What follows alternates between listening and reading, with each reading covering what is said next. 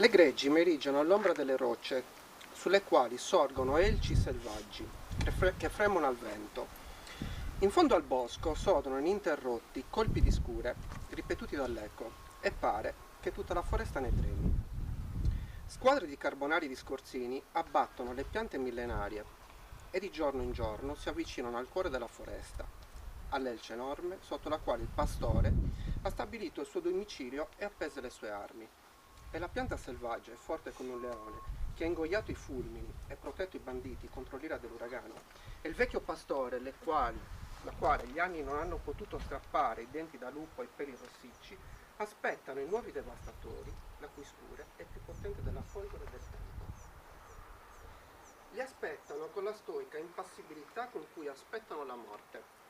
Di giorno in giorno, d'ora in ora, i colpi di scure risuonano più vicini e più forti, mentre tutta la foresta si copre di fiori dorati e il vento di giugno si fa più caldo e odoroso. Mai la foresta fu più bella e fiorita. Forse sente giunta la sua ultima primavera e vuole inebriarsi dei suoi tepori e delle sue fragranze, per dimenticare che la morte si avanza. Questo è di Grazia Deledda. Poi lo vedremo più avanti perché vi ho portato questo passo. Innanzitutto vi ringrazio per avermi invitato in questa manifestazione. Io sono Filippo Areso, sono guida ambientale ai GAE, nonché docente di corso. Quindi una cosa che dico spesso anche ai miei studenti sull'importanza della sentieristica: il sentiero praticamente racconta la nostra storia. Ci sono impresse le nostre memorie, soprattutto le memorie di chi ci ha preceduto.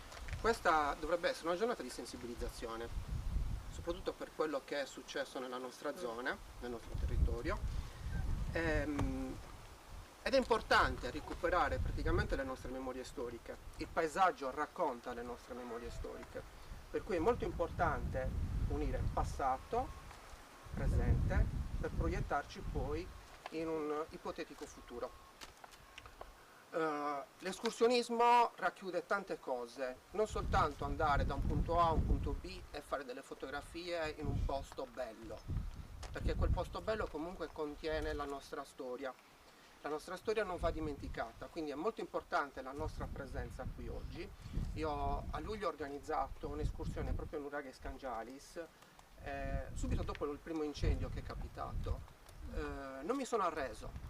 È venuto qui un gruppo partecipato di persone, eravamo in 15, perché? Perché è importante non abbandonare i posti, perché una volta che si abbandonano i posti si ricade nella dimenticanza.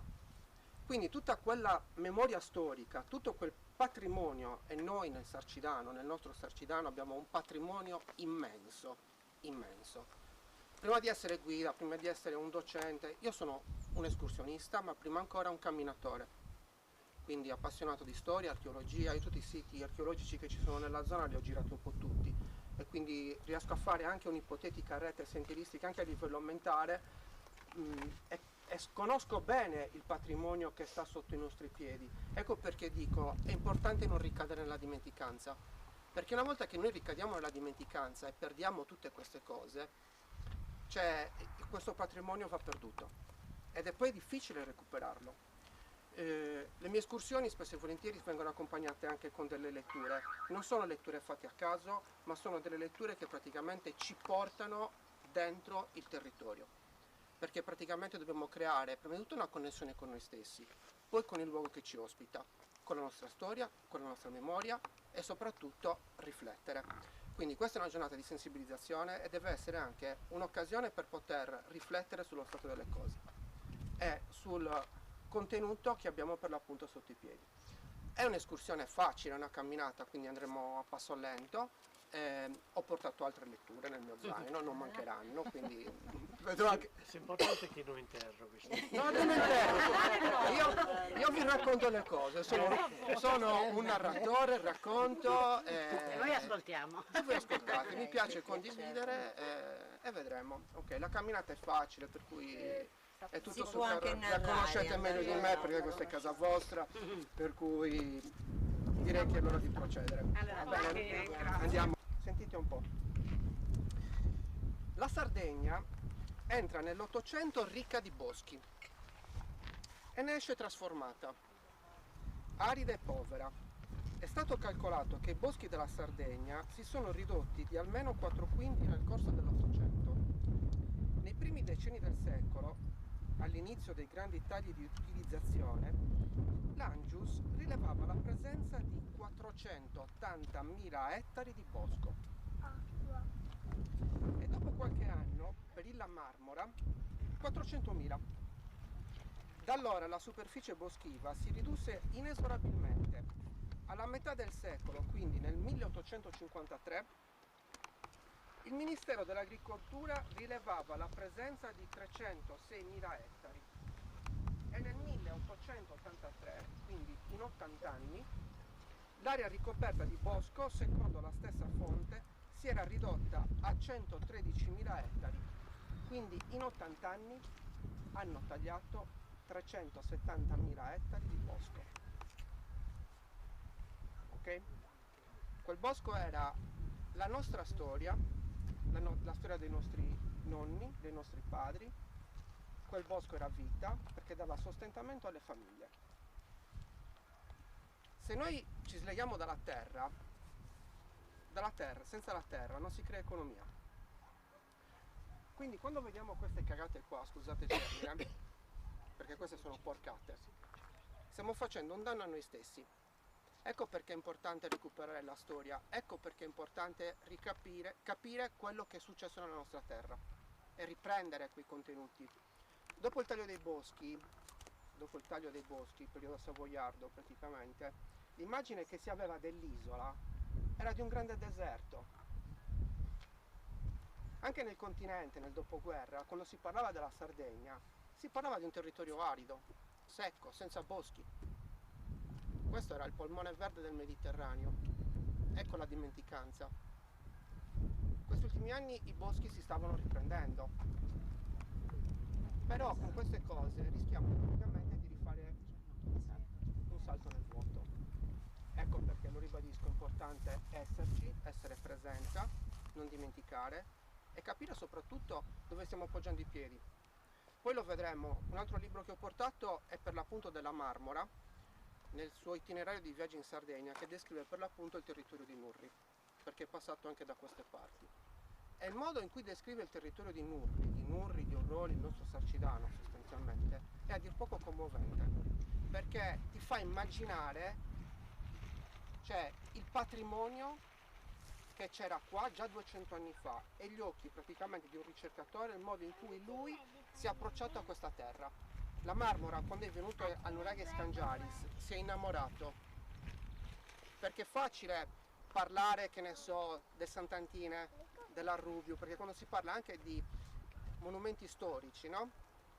Ci viene in mente subito quelli grandi, quelli un pochettino più articolati, più complessi, quelli con la torre più intatta. Però ci sono dei nuraghi come questo sostanzialmente, che magari non saranno intatti, magari non hanno la tolos bella come quella dei Sparas di Isili, però è uno dei nuraghi, e io giro tanto per siti archeologici, è uno dei nuraghi più belli e più emozionanti di tutta la Sardegna. Ha un impatto sul paesaggio Nuraghe Scangialis che difficilmente si trova in tutta l'isola. Io vi racconto questo aneddoto. Ho accompagnato un gruppo a Nuraghe Mereu, su Pramonte di Orgosolo, che è uno dei miei nuraghi preferiti sostanzialmente, perché lì sei nella foresta di Montes, vedi Gorroppu dall'alto, da una prospettiva meravigliosa. E c'era un signore che solitamente viene con me in escursione e a un certo punto mi fa: questo nuraghe è bello, però quelli dove ci hai portato tu a casa tua non pensare che sono da meno. E i nuraghi in questione erano i Scangialis e Nuraghe Stessè. E c'è anche Corongia Maria. E c'è anche Corongia Maria Che ha la sua. che ha la sua, e poi lì c'è tutto un discorso da farsi su Corongia Maria, perché è un nuraghe arcaico, è un nuraghe importantissimo e ci fa capire per l'appunto anche la continuità nel tempo in cui questa zona è stata frequentata, perché parliamo del fatto che quest'area sin dai tempi del Neolitico, quindi cultura di Ozieri, stiamo parlando di 6.000 anni fa, è stata frequentata e c'è stata continuità nel tempo. Perché? Perché era un'area fertile, c'era l'acqua. Cioè, noi siamo depositari di, a parte il discorso delle domus che ci sono nel parco di Sulmonti, tra Orolio e Nurvi, allora praticamente è l'assembramento di domus de Giannas, quindi di ipogei risalenti al Neolitico, più importante di tutta quest'area. Cioè non c'è in tutto il nostro circondario, quindi parlo di Sarcidano, alla prima parte della Farfagia, un gruppo di domus come quelle di Sulmonti. Quindi già dal Neolitico questa zona era, perché così tante tombe ti fanno immaginare anche un insediamento, un'antropizzazione molto elevata. Ecco perché dico la ricchezza, che a volte siamo i primi noi che ci abitiamo a non conoscerla. Ecco perché è importante recuperare questa memoria storica, perché altrimenti poi cadiamo nella dimenticanza e siamo soliti dire ma là non c'è niente, non c'è niente, ce la invidiano questa terra. Esatto. Perché ce la invidiano. Soprattutto noi diamo per scontato perché li vediamo tutti i giorni, i nuraghi, le domus, però chi non è di qua e vede le foto e capisce che quei luoghi hanno 6.000 anni di storia, ti guarda con invidia e ti dice come vivi là? Viviamo in un museo a cielo aperto, questo è quanto.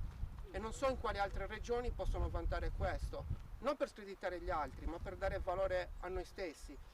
La scorsa settimana ho portato un gruppo nella zona del Mandrolisai, Barigado, Guilcer e siamo andati praticamente ai menhir di Sorgono, Birugoncas. Spesso e volentieri si legge la Stonehenge sarda. Perché chiamarla la Stonehenge sarda? Perché adesso Perché? Perché dopo le Cioè, zio per forza ci stiamo screditando, Esatto. perché ci stiamo screditando. Invece dobbiamo andare a testa alta. No, questo è Birugoncas. Il sentiero delle teste è l'assembramento di menhir più importante che abbiamo nel Mediterraneo. Quindi tutti gli altri zitti. Alziamo la testa, questo è il mio pensiero. Ma io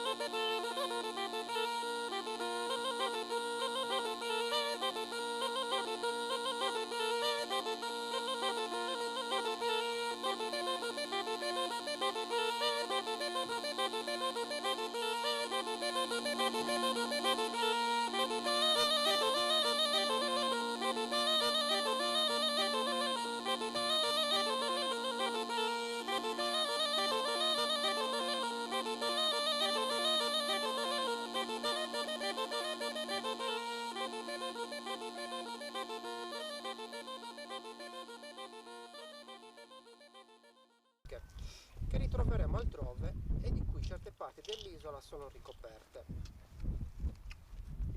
Il vulcano è uno dei 32 vulcani nativi presenti nell'isola. Soggetti poi anche a vincolo paesaggistico, i vulcani.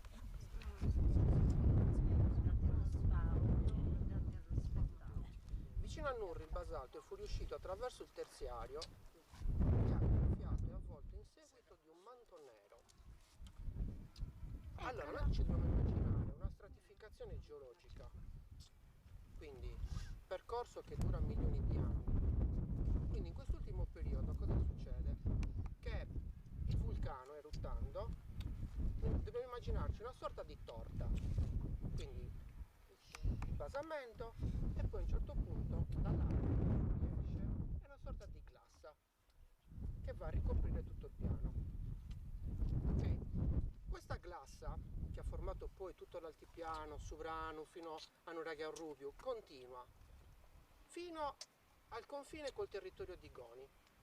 Infatti se andiamo a Pineta Moretta si vede benissimo questo lungo altipiano, questa striscia di materiale lavico che fuoriesce da Piziogu.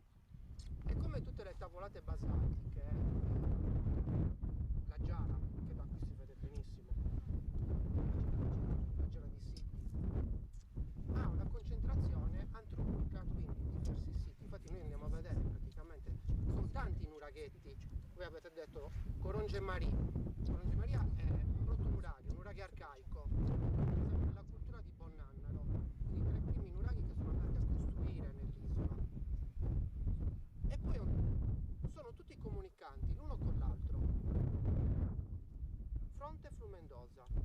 Dall'altra parte, come stavo dicendo a qualcuno di voi, quindi stiamo parlando del territorio di Esterzini con Escalaplano, ci sono le tombe.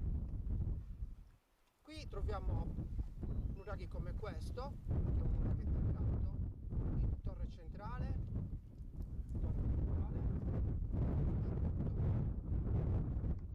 poi alcuni protouraghi e soprattutto monotorre. In questo versante abbiamo più di 16 tombe dei giganti. Il territorio di Esterzini ha un rapporto di 2-1, cioè ci sono 2 tombe dei giganti ogni nuraghe. È una cosa insolita, quindi fa pensare che questa è un'area cimiteriale. Subito dietro, praticamente, quindi dietro Santa Vittoria, abbiamo i templi, quindi villaggio santuario legato al culto dell'acqua, tempio a Megaron, perché c'è il tempio a Megaron Esterzini più grande di tutta la Sardegna, il tempio a Megaron è legato sempre al culto dell'acqua, quindi è tutto ravvicinato in questa area sacra, area cimiteriale, perché poi quando si parla anche di villaggio santuario dobbiamo pensare anche ai bronzi, ai bronzetti, al mercato dei bronzi. È anche un luogo che andava praticamente a essere come punto di riferimento per le comunità vicine, punto di incontro, di comunicazione, soprattutto tra i diversi cantoni che potevano essere anche in condizione di rivalità tra di loro. Un punto di scambio, un punto di mercato, un punto legato al culto. Qua dietro. Continuiamo con la Marmora. La cima del monte basaltico di Nurri si chiama Punta Ortura o Corturas, misura 776 metri d'altitudine sul livello del mare e si innalza di 166 metri rispetto al suolo della parrocchiale, che si trova a un'altitudine di 610 metri, quindi è stato anche puntiglioso nel descrivere le cose. La chiesa è abbastanza bella e ben costruita, come in generale lo erano tutte quelle edificate dai Gesuiti, che qui avevano una casa di ricreazione. Il monte è quasi tagliato perpendicolarmente dalla parte del vicino villaggio di Orroli, Sagrono Rubia, e ciò permette di studiare in tutti i particolari l'interno di questa specie di caminetto basaltico che tuttavia non potrei chiamare un cratere vulcanico. La lava che ne è fuoriuscita si è espansa molto lontano, quello che vi stavo dicendo prima, ma in seguito si è fratturata in diversi punti, per cui di questa grande falda attualmente rimangono solo dei piani isolati, ad esempio Tacumayori, non so se lo conoscete, piani isolati orizzontali staccati gli uni dagli altri, tra i lembi di questa colata basaltica dall'altra parte del fiume Mendoza, non lontano dal vicino villaggio di Goni. Quindi da qui si arriva storia e continua. Questo è bellissimo. Ciò mi porta a parlare dei nuraghi che si trovano nei dintorni di Nurri, limitandomi a segnalarne i principali. Sono quelli chiamati Brunca e Muro, Orroli, Fontana Spina e soprattutto lo Scangiali, che è questo. Notevole per la sua posizione. Già 200 anni fa allora scriveva questo Scangiali. Ecco perché prima vi ho detto, ok il Sant'Antine, ok l'Arrubio, però non sottovalutiamo i tipi, perché comunque emozionano e lasciano il segno. Possono ancora farsi rientrare in questo novero i nuraghi che circondano il Monte Cussini, lui lo chiama Monte Cussini, dove ne ho contato più di 15. Quasi tutti sugli angoli sporgenti dell'altipiano basaltico, come quelli della vicina Gera di Gestoli, perché anche nella Gera di Gestoli, così come nella Gera di Sidi, i nuraghetti sono posti ai margini, ma anche qua, vicino all'altipiano, i nuraghi sono posti ai margini, proprio controllano il flusso del fiume Mendoza, posizione strategica, controllo del territorio, non sono posizionati casualmente, c'è una logica. A Nurri si sfruttano per ricavarne mole per affilare, le arenarie del secondario giurassico che si trovano nelle vicinanze del fiume. Si lavora anche la lava basaltica porosa per cui per macinare il grano si ricavano sia piccole mole ad asino sia mole idrauliche, tuttavia piuttosto rare nell'isola. I Monte Cucussi e Gustini si trovano dall'altra parte della nuova strada alla base delle alture orientali. Sono formati in gran parte di roccia basaltica e meritano una menzione speciale. Il Monte Gussini è notevole soprattutto per il singolare affossamento alle estremità settentrionali. È da lì che sembra essere fuoriuscita la materia ignea, di cui è ricoperto tutto il terziario. In questa cavità si innalza un picco basaltico assai curioso, probabilmente ancora più recente del basalto dell'altipiano. Non lontano dalle due colline sul cammino diretto da Nurri a Isili, e anche questa è fighissima, ci si può fermare a visitare le rovine romane, molto probabilmente quelle di Biora, stazione menzionata nell'itinerario di Antonino. Sviluppando le indicazioni dell'itinerario mi sono limitato a segnalare l'ubicazione dell'antica Biora situandola nei dintorni di Serri, quindi in una zona di confine sostanzialmente, poi ci avviciniamo dall'altra parte del nuraghe e lo vediamo bene. In seguito le nuove scoperte che ho fatto nella regione in un luogo detto Baragi confermarono in parte tale supposizione. Si dà il nome di Porta di Baragi a un lembo di muro che un tempo apparteneva a un arco, il quale sembra realmente aver fatto parte di un'antica grande porta. Sono visibili le fondamenta delle case, quello di cui stavamo parlando prima, con ambienti pavimentati. Questa cosa è bellissima. Si pensa di aver riconosciuto nel suolo le tracce del passaggio dei carri e di una via pubblica, di antichi bagni con vasche accessibili mediante gradini e i resti di un tempio di forma rotonda. Infine esiste ancora una sorgente d'acqua con delle costruzioni antiche dove la gente del posto fa beverare il bestiame. Città di Biora, che poi ovviamente è andata a smantellare pezzo dopo pezzo, come è capitato stessa storia a San Vito Beccia, città di Valenza. La città di Valenza, come Biora praticamente, erano nella Cara Solvia, era la strada romana che collegava Cagliari con Olbia, passando per Fordongianus, Forum Traiani. Biora doveva essere un avamposto militare, oltretutto, perché poi qua inizia la storia con Roma, quindi la Sardegna romanizzata, e la storia dei barbaricini, con Ospitone, Papa Gregorio Magno, che invita un altro lettera a Ospitone per invitare com'è? E invita per l'appunto com'è?